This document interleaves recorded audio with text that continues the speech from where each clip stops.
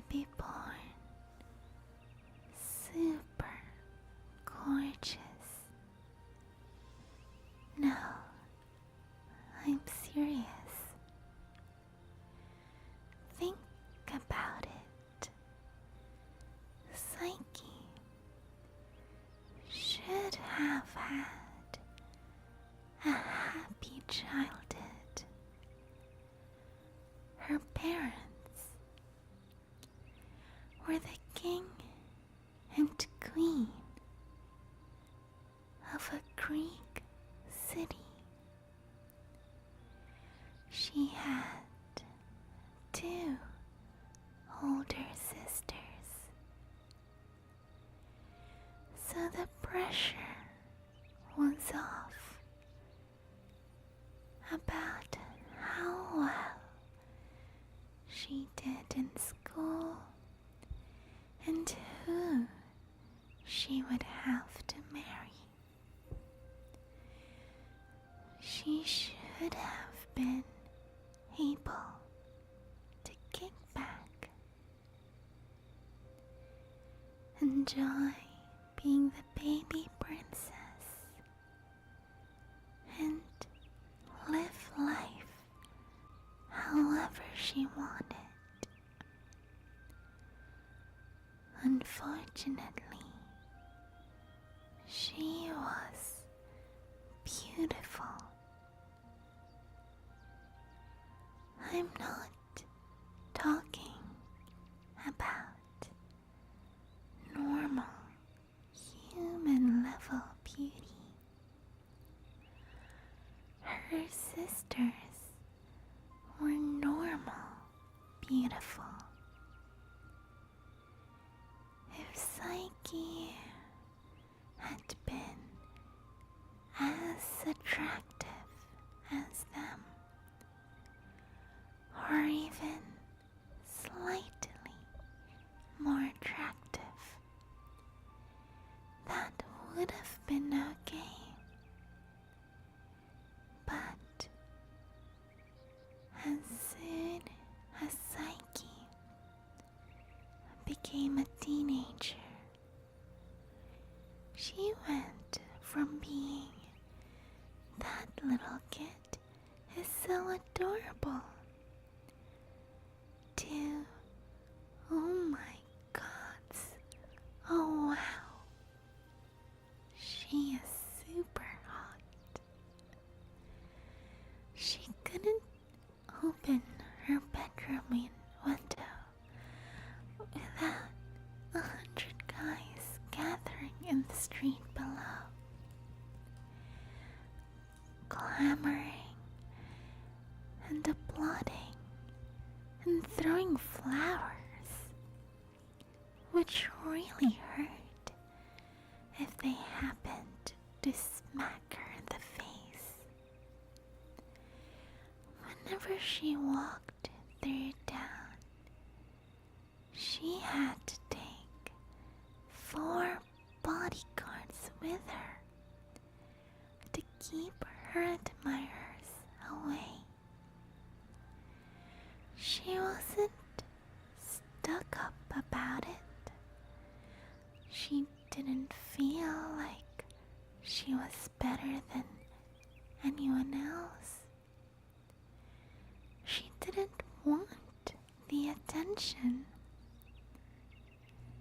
In fact, she wished she was a normal teenage girl with normal looks.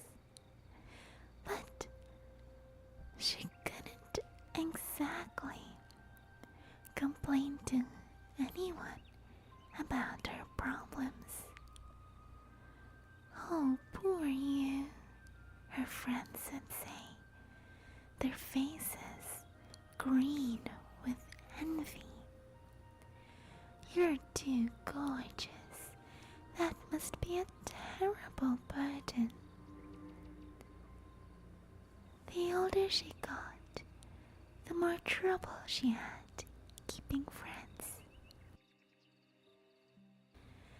Everyone at school started treating her cruelly excluded her and spread rumors about her. Because that's what people do when they feel threatened. But I guess if you've ever been in any school, anywhere, you already know that. Psyche's two sisters were the worst. They pretended to be nice, but behind her back, they said the meanest things and encouraged everyone else to be mean too. Oh well, you're thinking. At least being super gorgeous, she could have any guy she wanted, right? Wrong. Please pardon me, I'm going to take a break. Just to respond to a comment. Hello, by the way, Pheathen and Warren. This is not a recording. When I do a live, I'd like to be honest about it and have it actually be alive. Thank you so much for being here. Alright, let's go back to the story. Psyche was so beautiful, so intimidatingly awesome. No guy dared to ask her out. They admired her, they threw flowers, they sighed and gazed at her face, and drew pictures of her during study hall. But they loved her the way you would love your favorite song, or a fantastic movie, or the best pictures on DeviantArt. She was above reality, perfect because she was unattainable. Unattainable because she was perfect. Psyche's parents kept waiting for marriage offers to roll in. None did.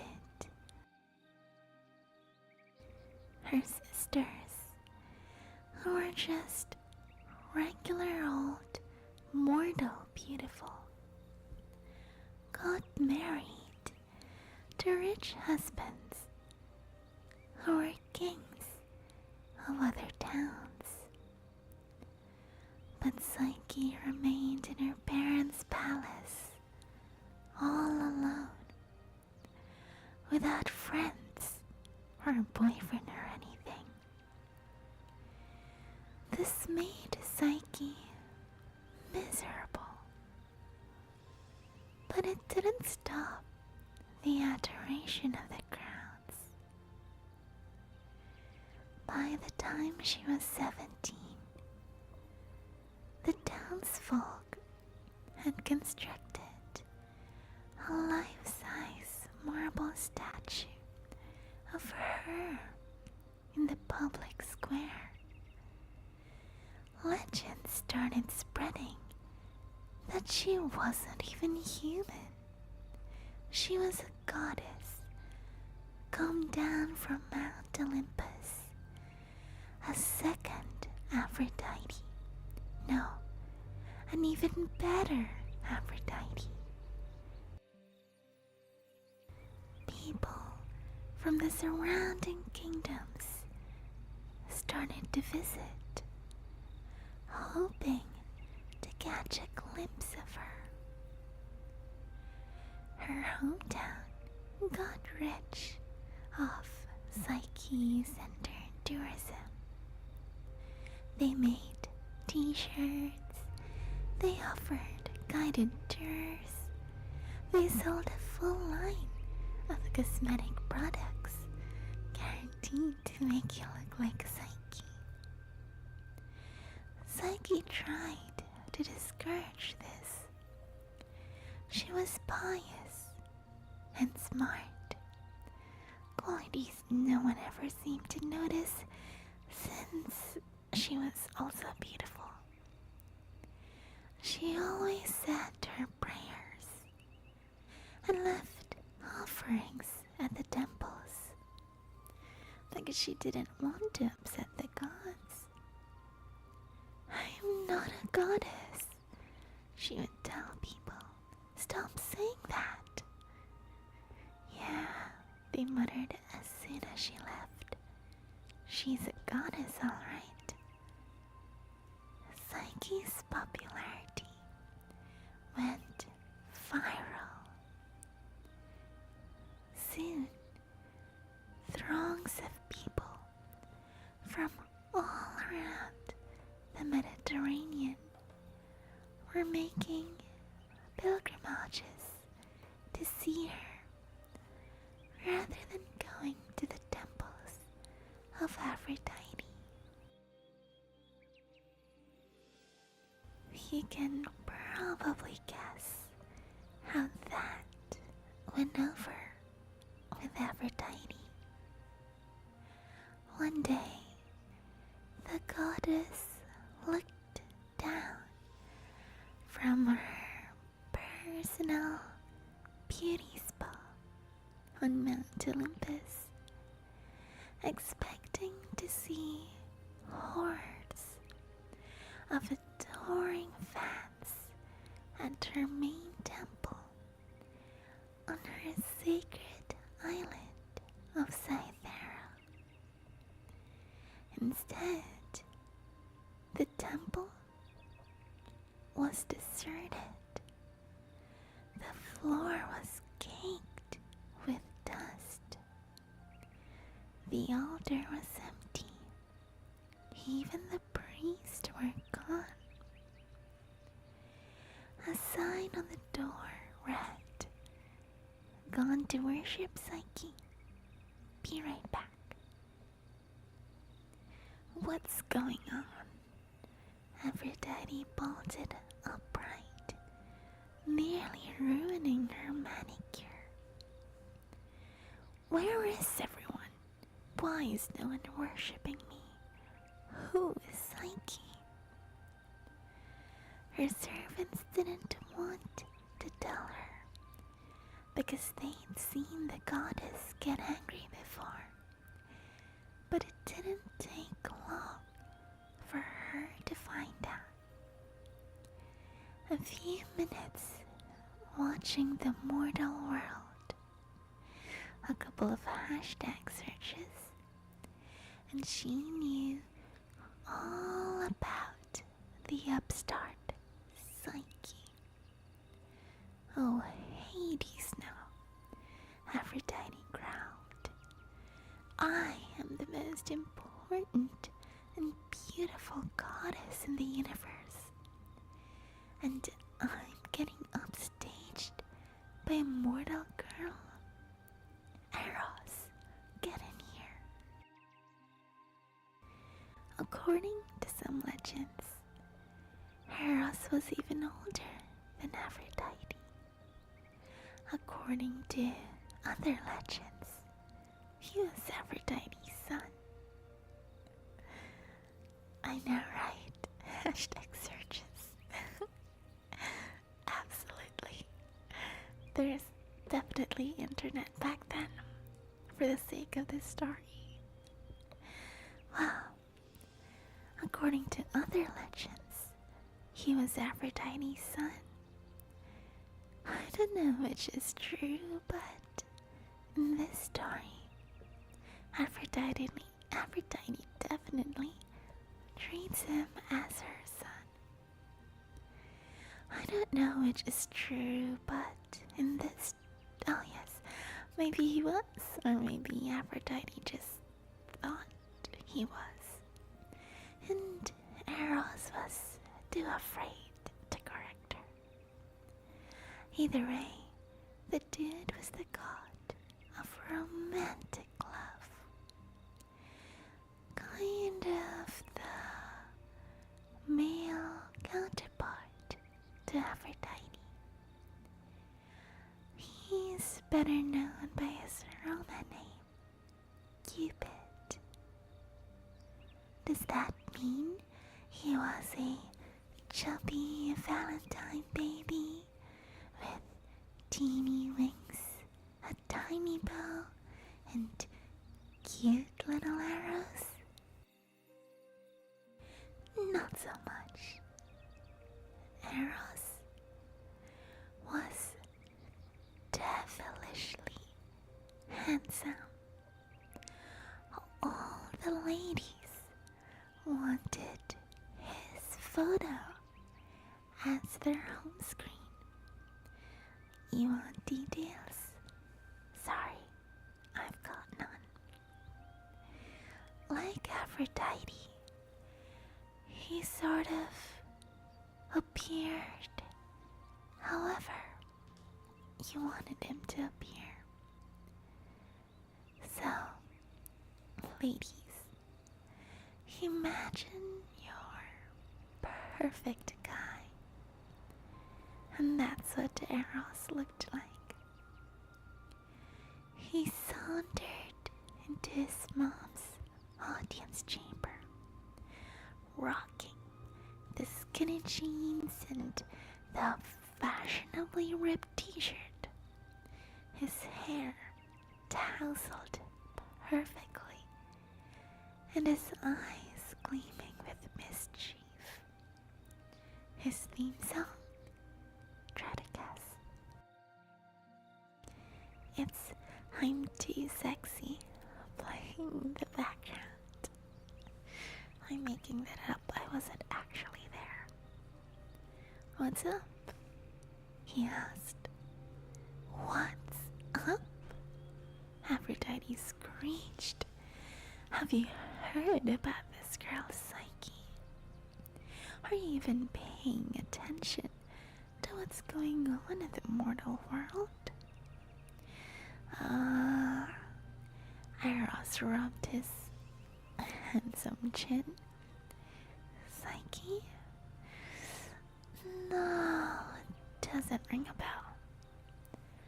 Aphrodite explained how Psyche was stealing all her followers and their offerings, as well as the headlines in the gossip magazines.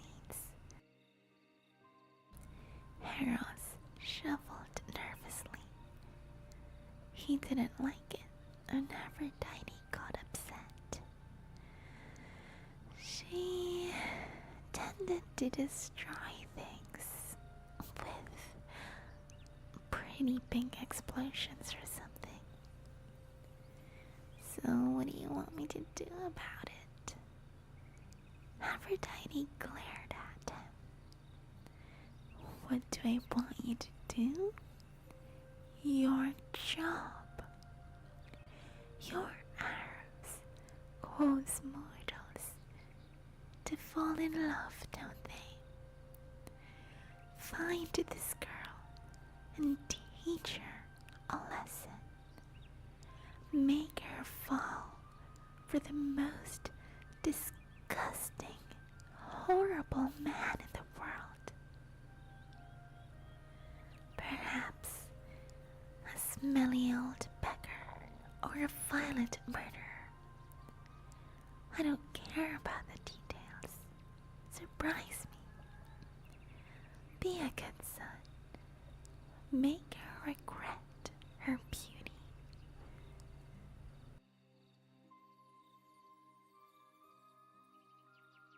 Of course, Psyche already regretted her beauty, but Aphrodite didn't know that. The idea would not have computed in her immortal brain.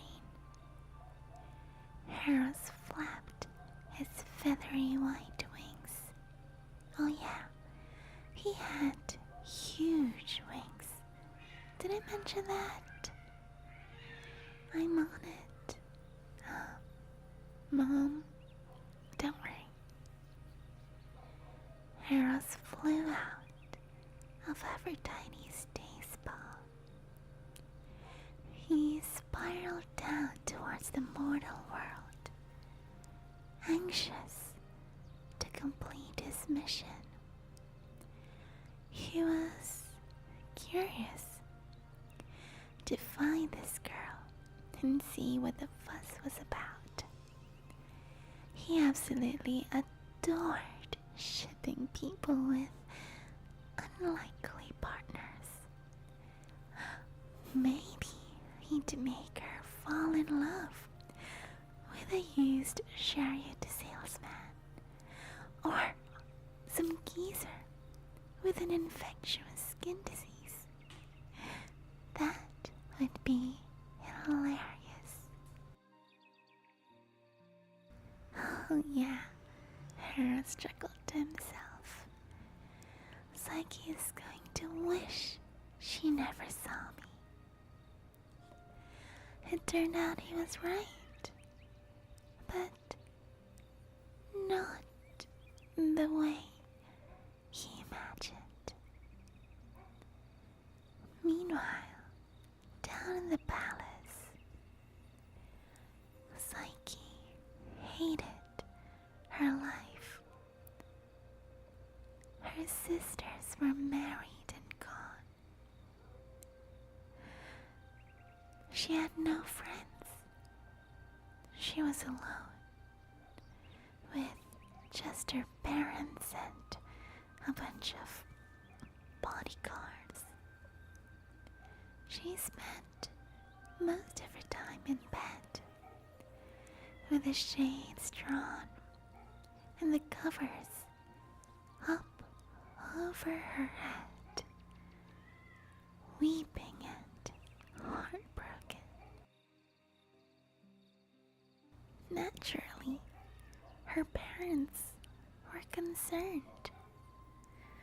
Also, they'd been hoping to make a good marriage for her, because that brought lots of pennies, like military alliances and positive buzz in the media.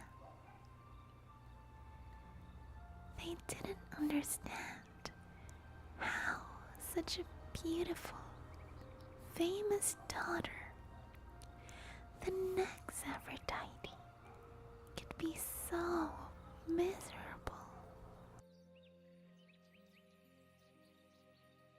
The king came to visit her.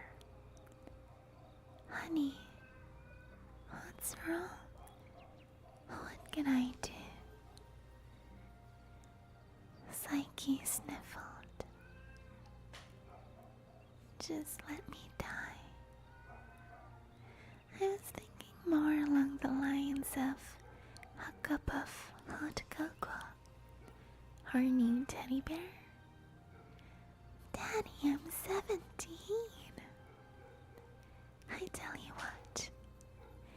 How about I go to Delphi and consult the oracle? The god Apollo should be able to advise us.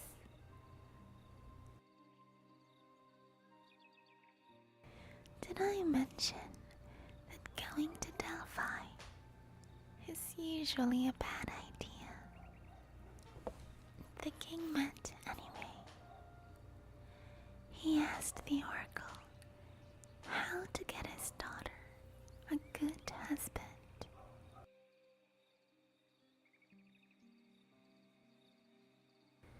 The oracle lady inhaled some volcanic vapor and spoke in a deep male voice, the voice of Apollo. Despair, king, she bellowed. It is never the opening line you want to hear. Your daughter shall marry no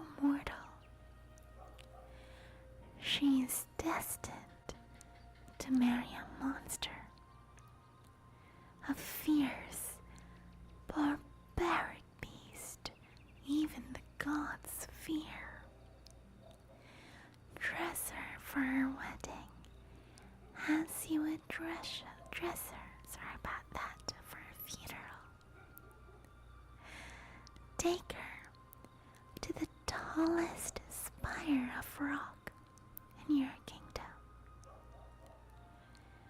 There she shall meet her doom.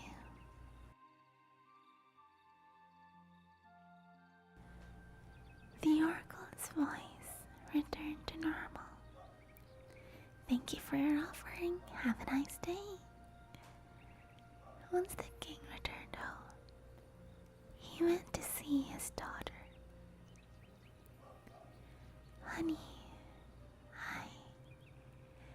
I have some good news and some bad news.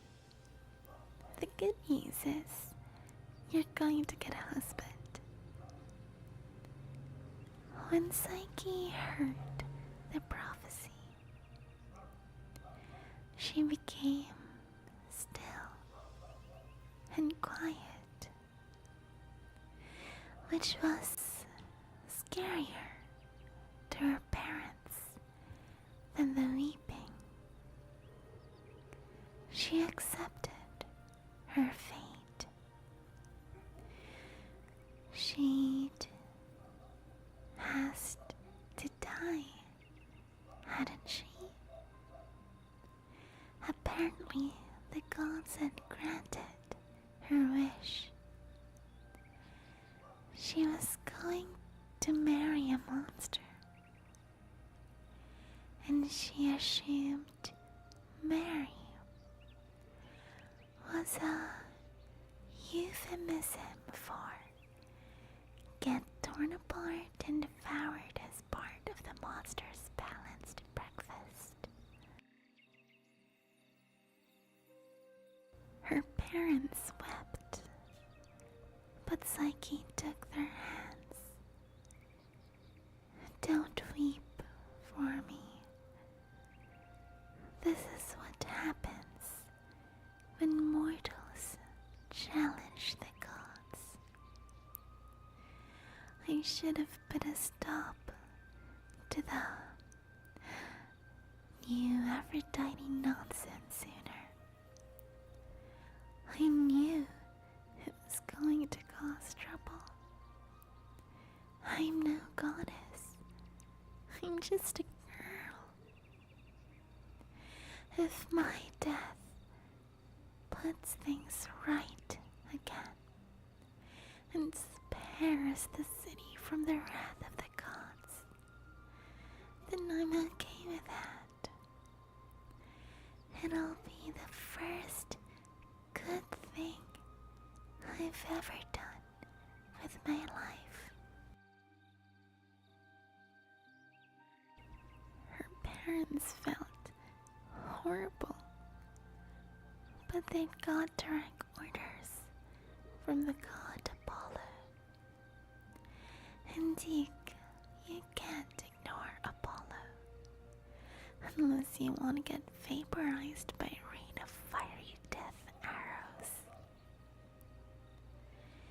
When news got out, the whole city went into a state of mourning. Their divinely beautiful princess, the goddess of love reborn, was going to be sacrificed to a monster on the tallest rock spire in the kingdom. This would not be good for the local Psyche DM cosmetics industry. Psyche's parents dressed her in a black silk funeral gown. They covered her face with a black bridal veil and put a bouquet of black flowers in her hands.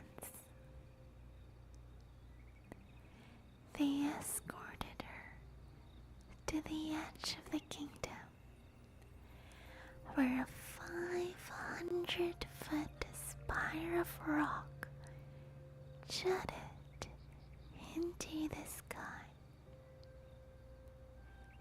Centuries ago, narrow steps had been carved around it, so it could be used as a watchtower. Psyche climbed these steps alone until she reached the top. Here goes nothing, she thought, looking at the rocky ground below.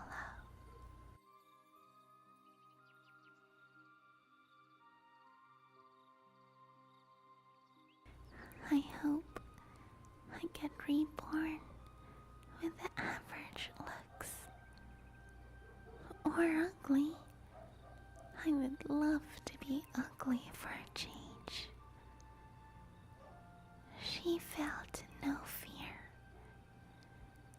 which kind of surprised her. In fact, for the first time in years, she felt at peace. She waited for a moment to see if some monster would swoop out of nowhere and bite her in half. When that didn't happen, she decided to take matters into her own hands. She jumped as far as her parents could tell from their vantage point behind the spire. Psyche had plummeted to her death. They never found her body, but that didn't mean anything. It was a windy day, and they were too upset to launch a full-scale search. Besides, his Psyche hadn't died. That meant the monster of the prophecy had taken her, which was even worse. The king and queen returned home, broken-hearted, convinced they would never see their beloved daughter and favorite tourism magnet again. The end.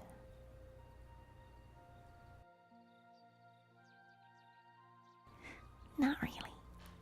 In the long run, Psyche would have suffered less if she had died, but she didn't.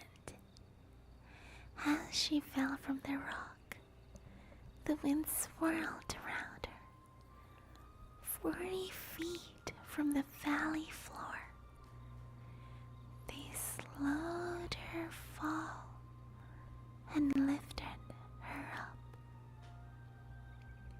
"Hi," said a disembodied voice.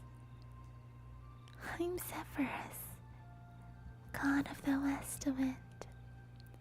How you doing today?"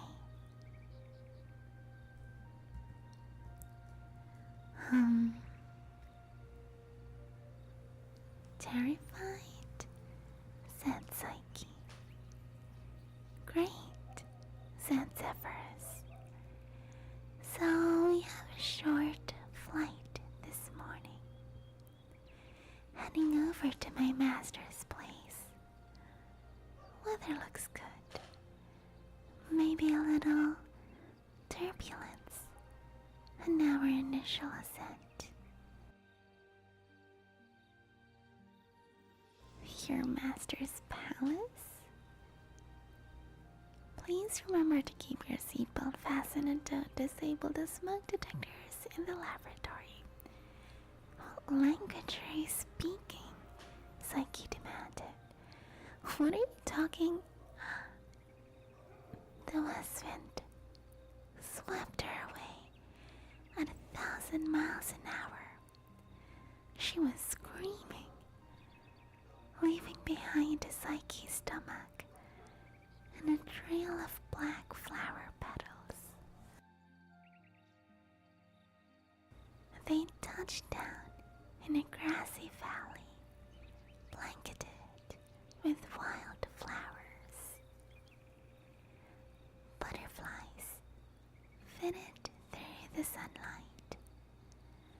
Rising in the distance was the most beautiful palace Psyche had ever seen.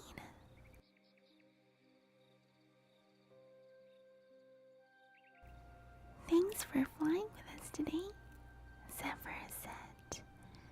We know you have a lot of options when choosing a directional wind, and we appreciate your business. Now, you'd better get going. He'll be waiting.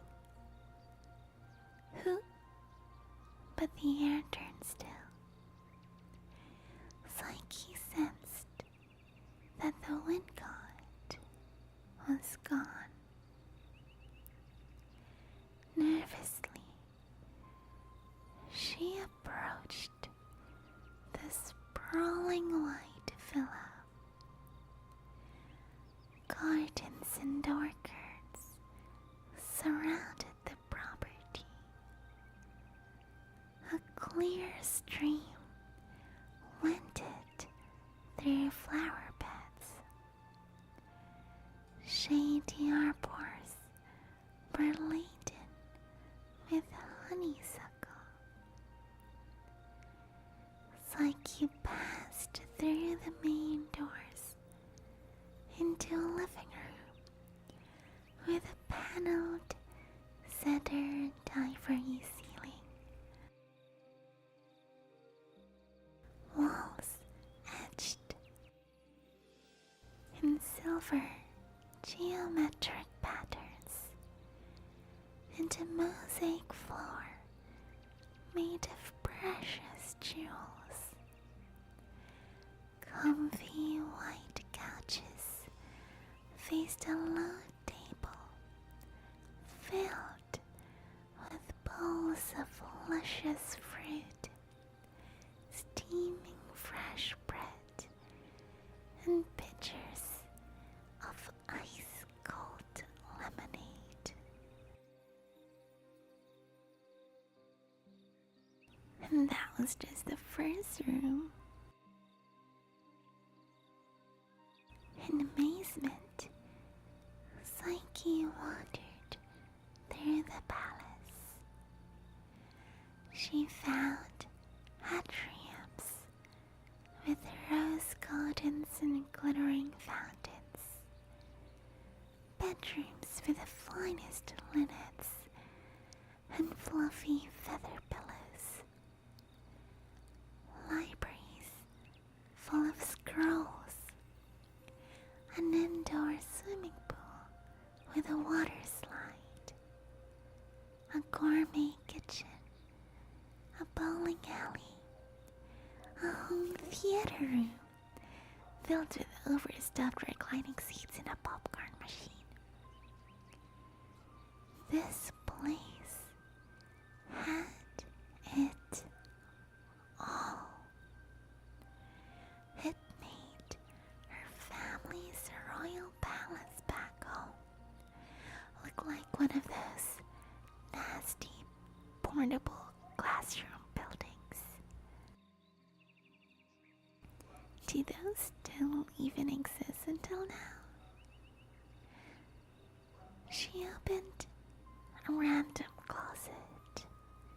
Stacks and stacks of gold bars gleamed inside. She opened another closet.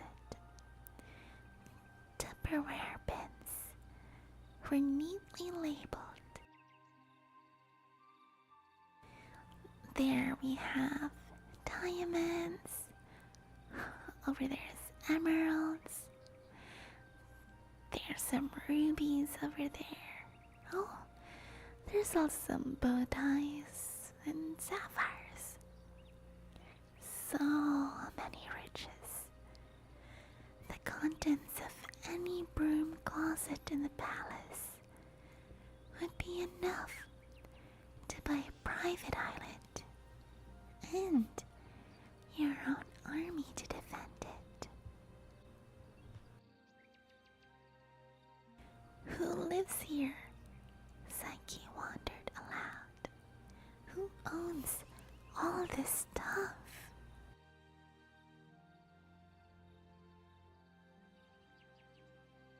Right next to her, a woman's voice said, "You do, mistress." Psyche jumped, knocking over a large vase that shattered and spilled diamonds all over the floor. "Who's there?" "I'm sorry to startle you, mistress," said the invisible woman. "I am one of your servants. I only spoke because you asked a question. This is your palace. Everything here belongs to you." But don't worry about the mess, mistress," said the servant.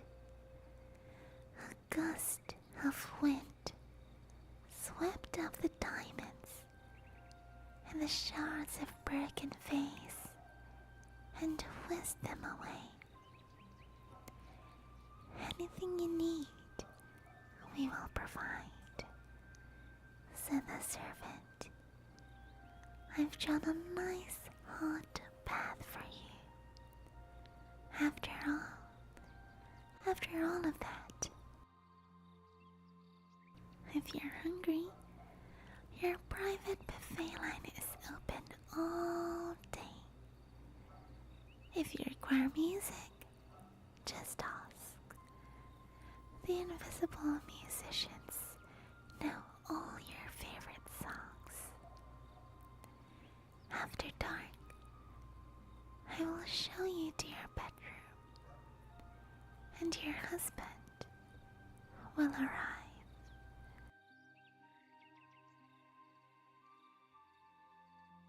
Psyche's throat twisted like a Twizzler. "My husband?" "Yes, mistress." "Who is my husband?" "The lord of this house."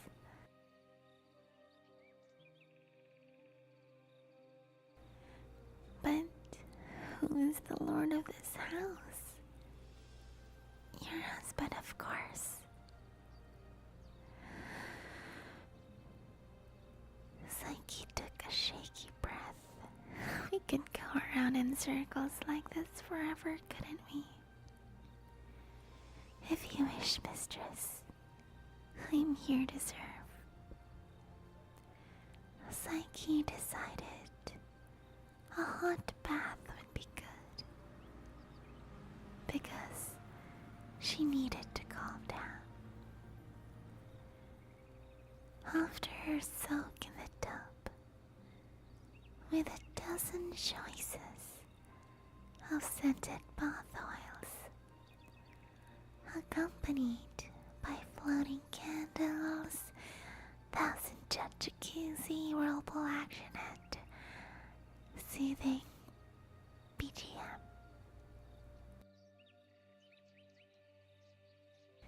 Invisible servants brought her the most beautiful, comfortable clothes she'd ever worn.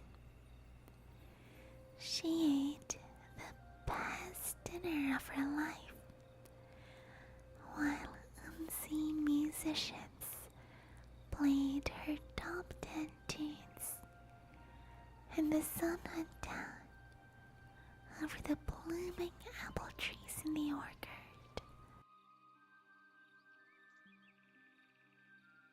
The knot in her stomach only got tighter. Her husband would arrive after dark. The oracle had warned her parents. She was doomed to marry a monster, a barbaric beast feared by the gods themselves. But how could a monster live in a place like this? If he wanted her dead, why wasn't she dead already? By the way, if this whole thing is starting to sound like Beauty and the Beast, with a mysterious monster dude who lives in a cool palace with magic servants, that's no accident. Beauty and the Beast was totally based on Psyche's story. Just don't expect any singing teapots talking about some delicious grey stuff, because that ain't going to happen.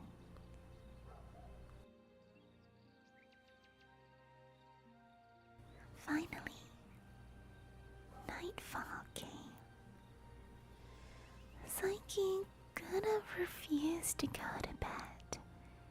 She could have tried to run away, but she decided that would only postpone her fate. After hours of wondering and worrying, it was almost a relief when it got dark. Besides, she had to admit, she was a little bit curious.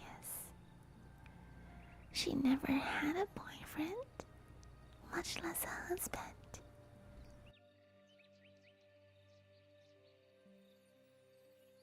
What if he wasn't so bad? The invisible servants guided Psyche back to her bedchamber and gave her a nice warm set of My Little Pony, My Little Pegasus pajamas, the kind with footsies. She climbed into her huge bed, which was so soft it felt like floating on air.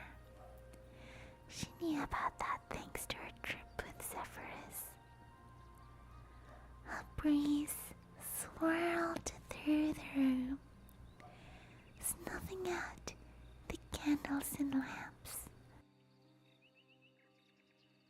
In total darkness, Psyche heard the door open. Bare feet padded across the marble. Something heavy sank onto the edge of the mattress. "Hello," said a man's voice.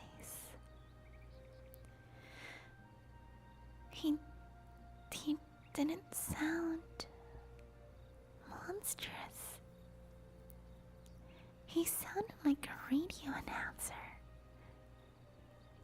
His tone was gentle and tinged with humor, as if he understood how ridiculous this first meeting was.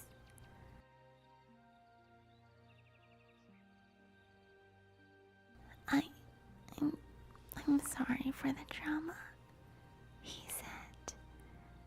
It was the only way I could arrange to meet you without certain people noticing. Psyche found it difficult to talk, because her heart was lodged in her windpipe. Who are you? The man chuckled. I'm afraid I can't tell you my name. I'm not supposed to be here. I'm definitely not supposed to marry you. So, if you could just call me husband, that would be great. Assuming you're okay with marrying me. I have a choice. Look, I'm in love with you. I know that's insane since we've just met, but I've been watching you for a long time. Not in like a stalker way. Sorry. I'm really messing this up. Psyche's feelings were hopelessly jumbled. She was used to people watching her. She'd endured that her whole life. You think you're in love with me because I'm beautiful? No, said the man. Well, yes, of course you're beautiful. But I love you because of how you've handled it. You never let it get to your head. You tried to tell the people no. You kept your faith in the gods. I admire the way you endured your sadness and loneliness. She didn't want to cry, but her eyes stung. Nobody had ever said anything so nice to her before. She was relieved to be in total darkness. Her appearances didn't matter. The man touched her fingers. It's like he was surprised to find that his hand felt warm and strong and very human.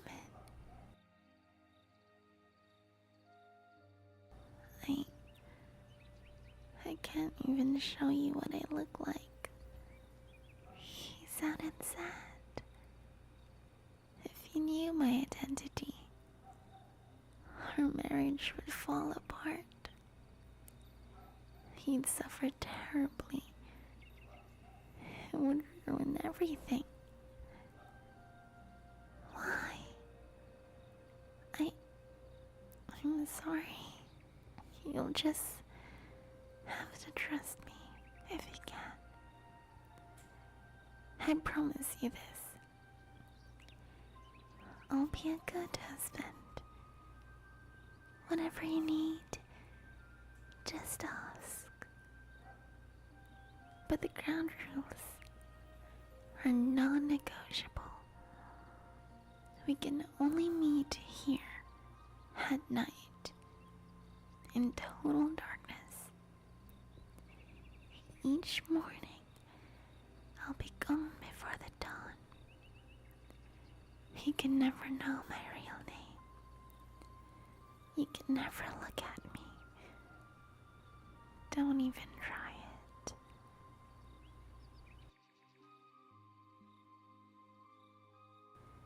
Psyche could feel her own pulse racing as she held his hand. What if I see you accidentally it or something. Don't worry about that, he said. The darkness is an extra precaution, but I'm also invisible. The only time you could potentially see me is when I'm asleep. While I'm sleeping, I can't will myself to be invisible. But as long as you don't do something silly like get up in the middle of the night, light a candle, and intentionally look at me, we'll be fine.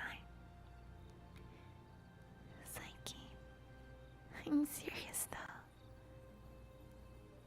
You don't want to look at me. It would destroy us. Us. He said the word like it was a real thing. Like they were already a couple. I don't want to rush you, he said. We can just talk. You know this is awkward. Kiss me, she said, her heart fluttering. He hesitated. Are you sure? You have lips, don't you? You're not like a bird monster or a zombie or something. He laughed under his breath. No, I have lips. He kissed her, and Psyche's insides melted into her My Little Pony, My Little Pegasus fancies. When he finally pulled away, she had to remember how to speak.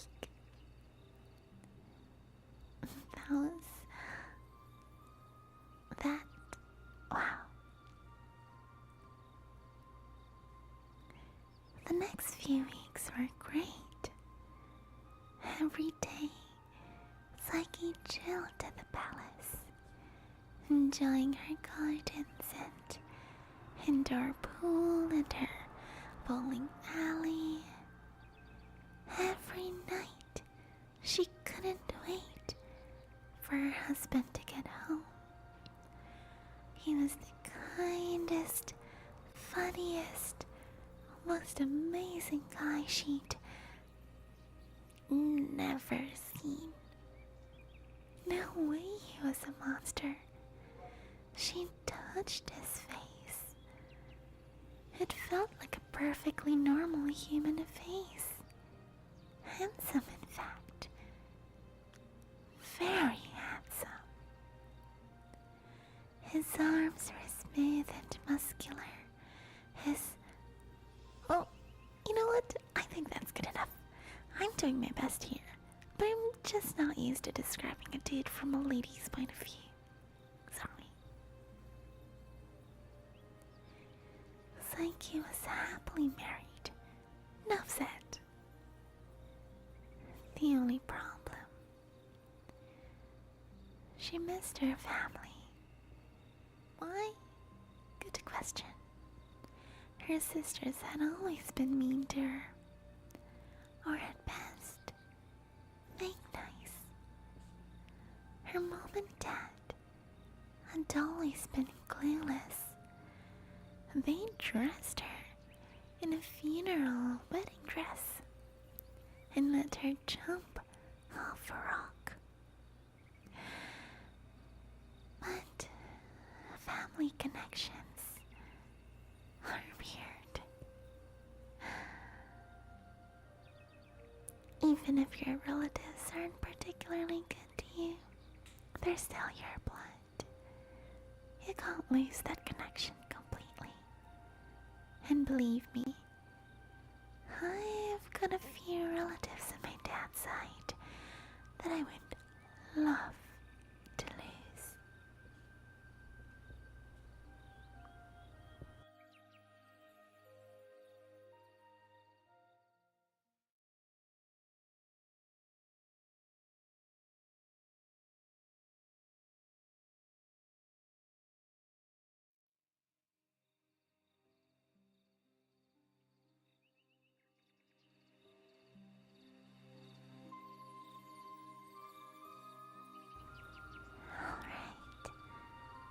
Thank you so much, everyone. Thank you so much to everyone who attended this live stream.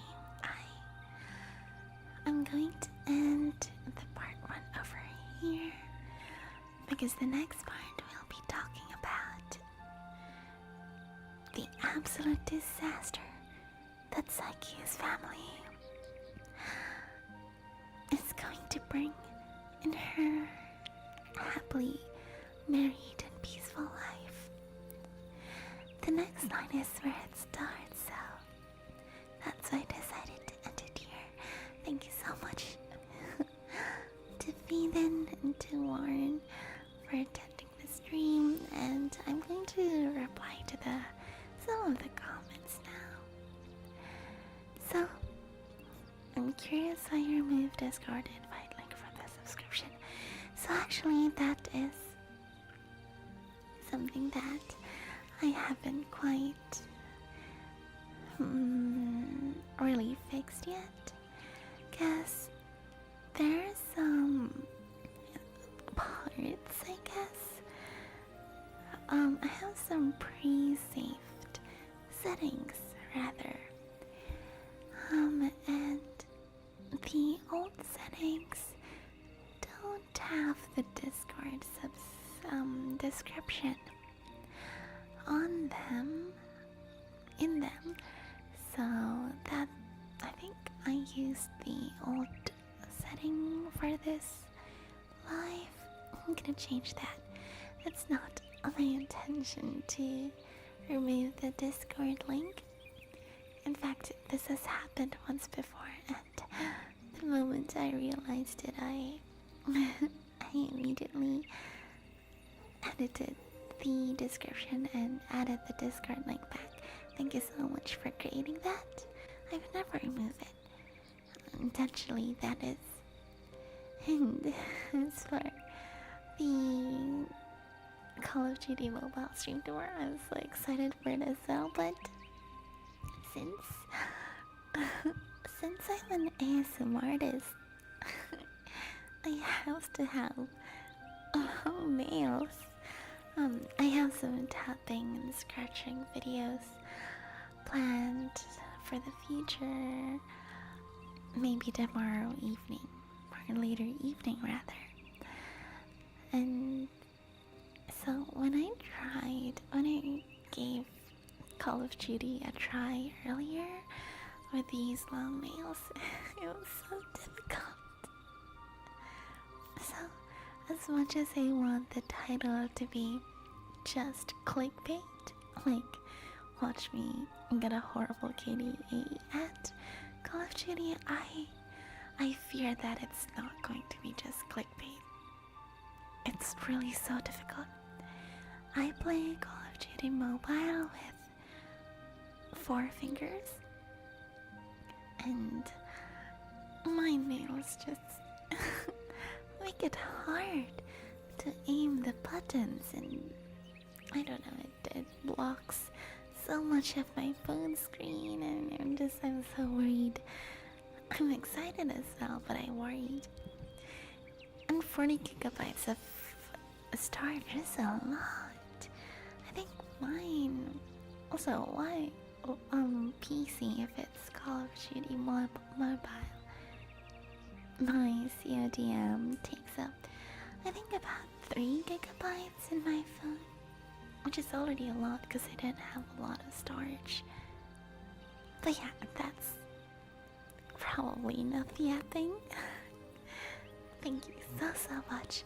Once again, I really appreciate it, and actually I did not expect you, Warren, or Phelan to attend my stream, because I don't know, right now in my country it's already, what, like 2 a.m? And I think it's either also really late already or really early in your countries. So I was thinking, oh, I don't think anyone will visit my stream. But you guys did, and that's so sweet, and I appreciate it a lot, sincerely.